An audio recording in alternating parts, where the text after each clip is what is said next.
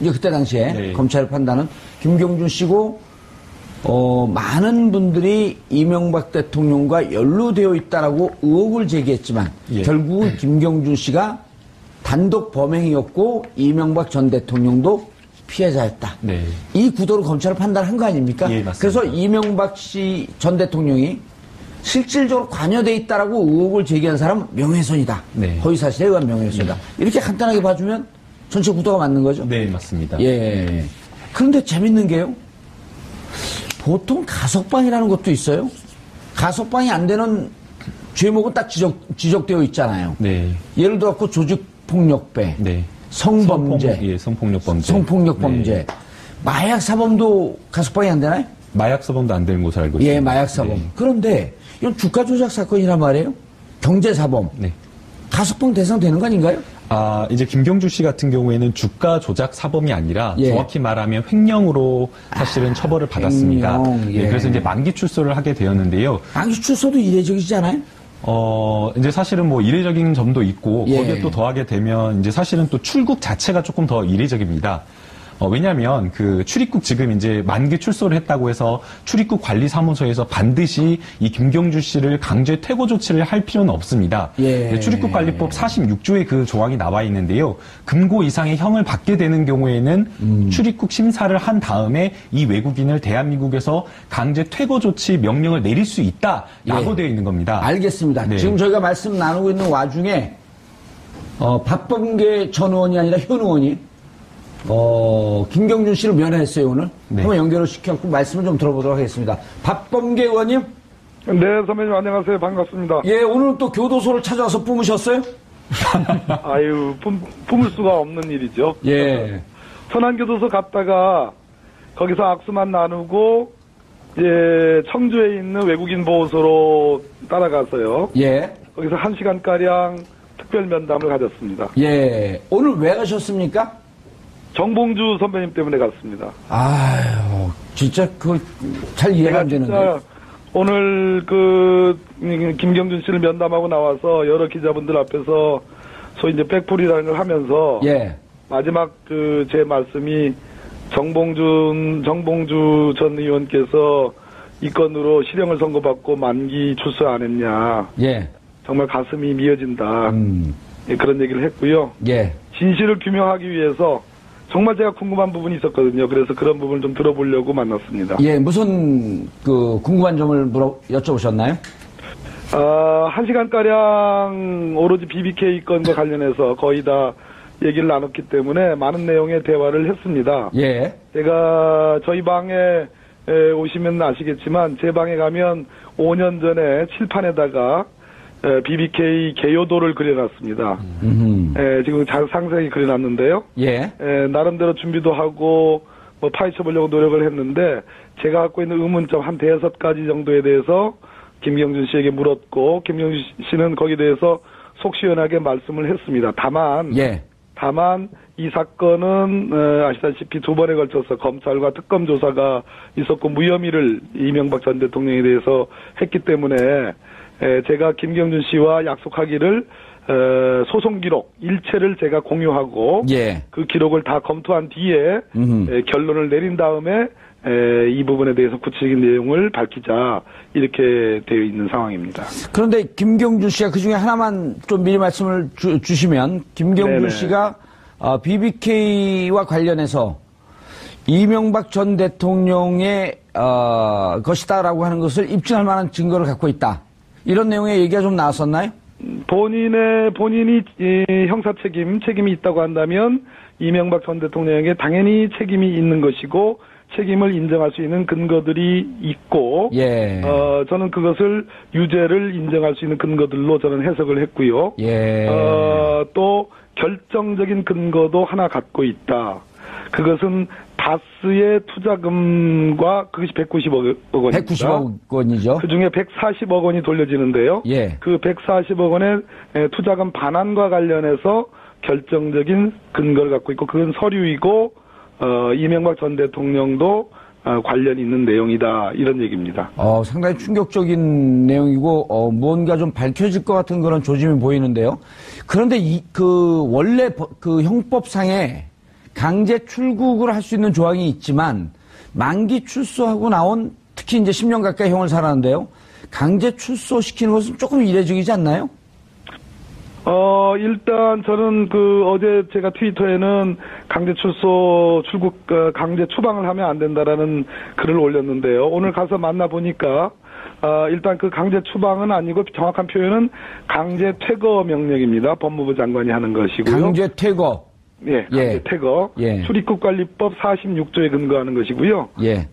외국인으로서 실형을 확정받아서 출소한 사람은 대상이 되는 거니까 그것은 여지가 없겠습니다. 그건 맞는 것 같고요. 예. 두 번째는 김경준 씨는 1초가 그립다라는 표현을 할 정도로 가족, 부인과 딸에 대한 그리고 누나에 대한 절절한 그리움을 호소했습니다. 그래서 오늘이라도 당장 나가고 싶으면 갈 수 있으면 가고 싶다라고 얘기를 했고요. 예. 세 번째는 자유인의 몸으로 한국에서 불러줄 수 있다면 불러오겠다. 그러한 조치를 정권 교체를 통해서 다음 정부가 법적 조치를 취해줬으면 좋겠다 이런 말을 했습니다. 예, 그러니까 김경주 씨 본인도 미국으로 돌아가고 싶은 의지가 강한 거네요.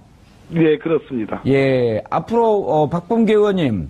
네. 그럼 일단 김경준 씨는 이제 내일 미국으로 돌아가고 아마도요. 이후에 이 문제의 진상을 밝히기 위해서 네. 당분간은 이제 한국에 돌아올 수 없는 형편일 터인데 예. 박 의원님과 연락을 하면서 진상 규명을 좀 함께 밝히자 이런 합의는 좀 있었나요? 맞습니다. 예. 저하고 일단 김경준 씨가 소송을 제기했고 또는 형사적으로 방어를 하면서 했던 그 민형사 기록들이 다수 있습니다. 그런 부분을 예. 공유하기로 했고요. 예. 그리고 김경준 씨와 김경준 씨의 어머니 등과 수시로 연락을 해서 전체적인 법률적 검토를 한 뒤에 이 진상규명의 절차를 어떻게 밟아갈 것인지를 강구하기로 그렇게 약속을 했고 김경준 씨는 돌아가면 본인이 선택하는 언론과 인터뷰를 할 계획을 갖고 있다고도 얘기를 했고 진상규명에 대한 의지를 분명하게 밝혔습니다.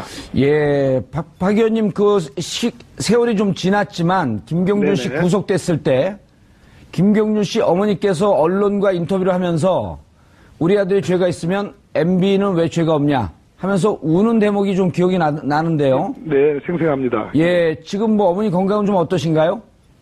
어머니와 관련해서는 이 얘기가 가장 중요했습니다. 본인이 검찰 수사에서 진술을 바꿔서 협조할 수밖에 없었던 것은 자기 처와 예. 그리고 누나 에리카 김에 대해서 한 협박 그리고 본인의 김경식 씨 본인의 형과 관련돼서 뭔가 회유가 있었다 검찰에서 예. 그 두 가지를 얘기하면서 특히 어머니가 누나를 어떻게 할래? 라는 그 대목, 누나는 살려야 되지 않겠느냐? 아하. 라고 하는 예. 그 대목에서 울었습니다. 예. 제 앞에서. 예. 정말 그 대목은 진실이 아니고서는 그것은 전혀 다르게 생각할 수가 없는 그런 장면이었습니다. 예, 그때 당시에 누나도 기소할 것 같이 검찰이 입장을 표명했다 결국은 기소를 하지 않았었죠. 그렇습니다. 그 예. 부분을 회유라고 표현을 했고 협박이라고 표현을 했습니다. 알겠습니다. 박범계 의원님 시간 내주셔서 감사하고요. 앞으로 진실을 밝히는데 중간에서 역할을 좀 해주시길 바라겠습니다. 네, 감사합니다. 예, 감사합니다. 꽤 짧은 시간인데 최진봉 교수님. 예. 많은 얘기가 나왔네요. 그러니까요. 이 190억 얘기는 우리 시청자분들이 조금 혼동할 수 있는데 그 BBK에 투자하는 돈. 예. 아까 이제 고재열 기자님도 얘기했지만 다스라고 하는 회사에서 190억이 투자가 됐단 말이에요. 그렇죠. 예. 요걸 조금 설명 좀 해주시죠. 예. 투자가 됐는데 예, 그 돈이 어떻게 나온 돈이고. 예. 실제 이게 어떻게 나온 돈이냐면 예. 이것도 이제 또 공격을 할 수 있으니까 예. 설을 말씀을 드릴게요. 설을 말씀을 드리면 도곡동 땅을 판 돈. 예, 설. 썰이라고 해야지 좀 금방 탁 꽂히는데. 썰을 말씀을 드리겠습니다. 그러니까 도곡동 땅을 판 돈, 그거를 30분 만에 사실 여기에 투자가 됐어요, 이 돈이. 그거 좀 이해가 안 되는 거잖아요. 그 도곡동 땅은 다스 소유의 땅이었었나요? 그렇죠. 다스가 투자했다면 도곡동 땅을 팔았는데 예. 이 도곡동 땅이 실제로는 이상은 씨 거였나요? 그때 그렇게 제가 알고 있는데 예. 맞나요, 고재열 기자님?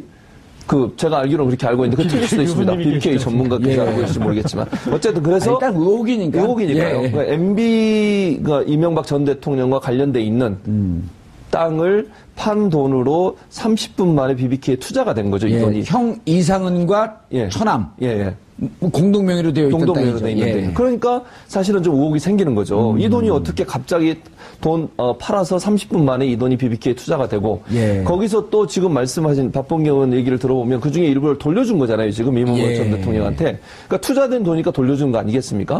그렇다고 하면 또 오늘 박범계 의원께서 아까는 말씀 안 하셨지만 인터뷰한 내용을 보면 실제 김경주 씨가 어떤 증언을 했냐고 언론에 보도가 되냐면 50대 50 정도로 소유를 하고 있었다라고 얘기하고 있어요. 그러니까 이명박 전 대통령 측과 본인이 50대 50 정도로 BBK를 소유하고 있었다. 공동 소유다. 이렇게 증언한 내용이 있습니다. 그래서 그건 이제 언론 보도에 나와 있는 내용이니까요. 그 내용을 본다고 하면 김경준 씨 입장에서는 지금 아까 박병기 의원도 만나고 나서 얘기한 내용을 보면 여러 가지 증거를 갖고 있다고 지금 얘기하고 있지 않습니까? 그렇죠. 근데 사실은 특검이나 검찰, 당시의 특검이나 검찰 수사에서는 새로운 권력이잖아요. 이명박 전 대통령이 취임을 바로 앞둔 상태에서 조사가 이루어졌기 때문에 제대로 조사가 안 이루어졌을 가능성이 있고 그렇다고 하면 이런 여러 가지 정황들이나 김경주 씨가 제시하는 여러 가지 증거들이 증거로 채택되지 않았을 가능성도 충분히 우리는 고려해 볼 수 있는 거죠.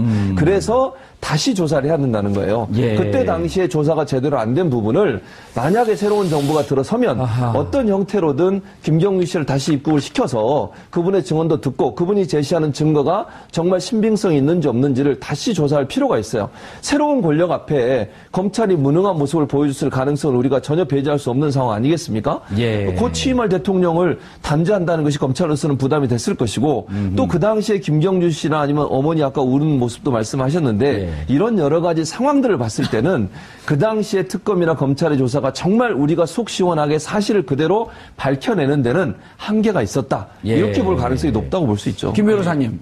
단적으로 제가 왜 그때 검찰의 수사와 특검의 수사가 이상한지라는 걸 좀 설명을 드리고 싶은데요. 그게 핵심 포인트. 왜 그러냐면요. 그것도 의혹이죠? 네, 의혹인데요. 참 이상합니다. 그러니까 아주 비근한 예를 들면요. 예컨대 뇌물죄와 관련해서 일체의 어떤 증거가 없어도 뇌물을 줬다라고 하는 그 사람의 진술이 있으면 사실은 그것만으로도 검찰이 수사를 해서 기소를 하는 경우가 있습니다. 그렇죠. 그런데 지금 김경준 씨 사건 같은 경우에는 BBK와 관련해서 이명박 전 대통령이 BBK를 실제 공동 소유했다라고 진술을 한 겁니다. 그러니까 사실은 어떻게 보면 김경준 씨가 그렇죠. 김경준 씨의 진술만으로도 그것이 굉장히 유력한 증거가 될 수 있는 거죠. 그리고 그 진술뿐만 아니라 여러 가지 정황들이 나온 겁니다. BBK가 처음에 설립됐을 때 자본금이 5천만 원이었는데 투자금을 30억을 투자를 받습니다. 그리고 그 이외에 굉장히 빠른 시일 내에 한 600억 원 정도를 투자를 받는데요. 이게 또 재미난 것이 전부 다 투자를 한 삼성생명이라든지 여러 가지 회사라든지 이런 것들의 대표이사나 사장들이 전부 다 고려대학교 동문입니다. 고려대학교 동문 생각하면 딱 떠오르시는 분 있으시죠? 이재화요. 바로 이명박 전 대통령이 이명박 전 대통령입니다.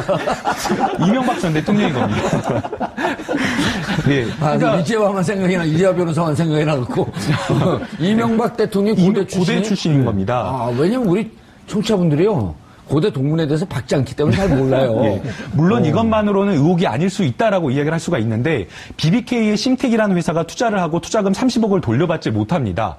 그 과정에서 그 심택이라는 회사가 돌려받기 위해서 김경준 씨에게 고소를 하고 가압류를 하는데요. 이때 단순하게 김경준 씨에게만 고소를 한 것이 아니라 바로 당시에 이명박 전 대통령에게도 함께 고소를 하고 가압류 결정도 이명박 전 대통령의 재산에도 가압류가 된 겁니다. 그런데 우리가 가압류를 할 때 그냥 가압류가 되는 것이 아니고요. 변호사가 가압류를 받을 때 다 사안을 파악을 합니다. 그러면 이것은 이 사람한테 가압류를 해도 되겠다라고 하면서 가압류 신청서를 넣게 되는 거고요. 또 역시 법원도 마찬가지로 법원에서도 이것도 이유가 된다라고 판단을 한 겁니다. 그러니까 1차적으로 이미 심택에서 어떤 사실관계를 가져왔을 때에 심택을 대리한 변호사가 한 번 판단을 한 거고 그 다음에 그 판단 한 번